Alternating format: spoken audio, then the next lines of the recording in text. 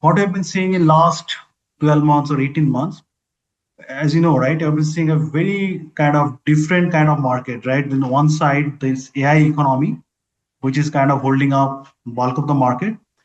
And on the other extreme right side, we're seeing the banks are actually doing extremely well because, as I said, like the consumers actually spending very judiciously, the corporates are not over levered, so there is no NPA. At the same time, the inflation continues to be on the higher side, right? So you're kind of passing on higher interest rates, so your NIMs are kind of holding up.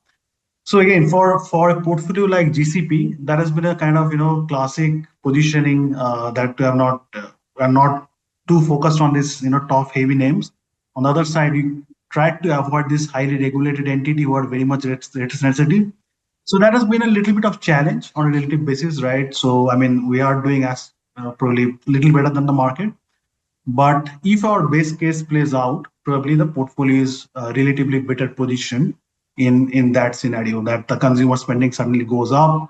The economy becomes much more broad based rather than just everything going into a AI kind of that kind of spending. To be very fair, I'll just tie it back to what you asked your earlier question that what we are seeing in terms of earnings, etc.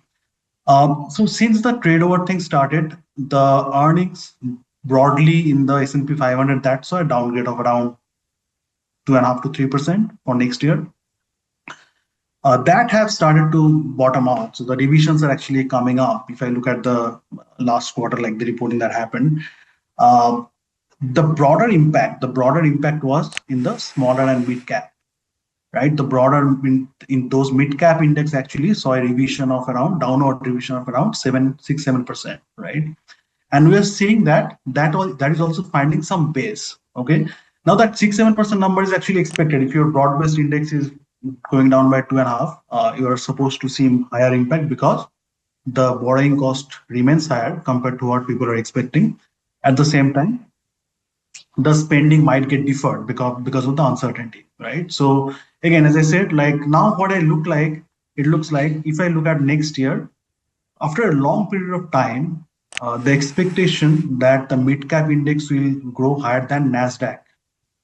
Okay, so Nasdaq is expected to give you around 12 13% EPS growth. The mid cap is expected to give you around 17%. Now, which is very rare, as I said, because the mix is that heavy. That is not take heavy that much, so the mix is not supportive to them. But it is kind of a classic cyclical rebound that might play for next 12 to 18 months or 12 to 24 months. We don't know, but we'll see how it happens. But so far, that's what we are seeing.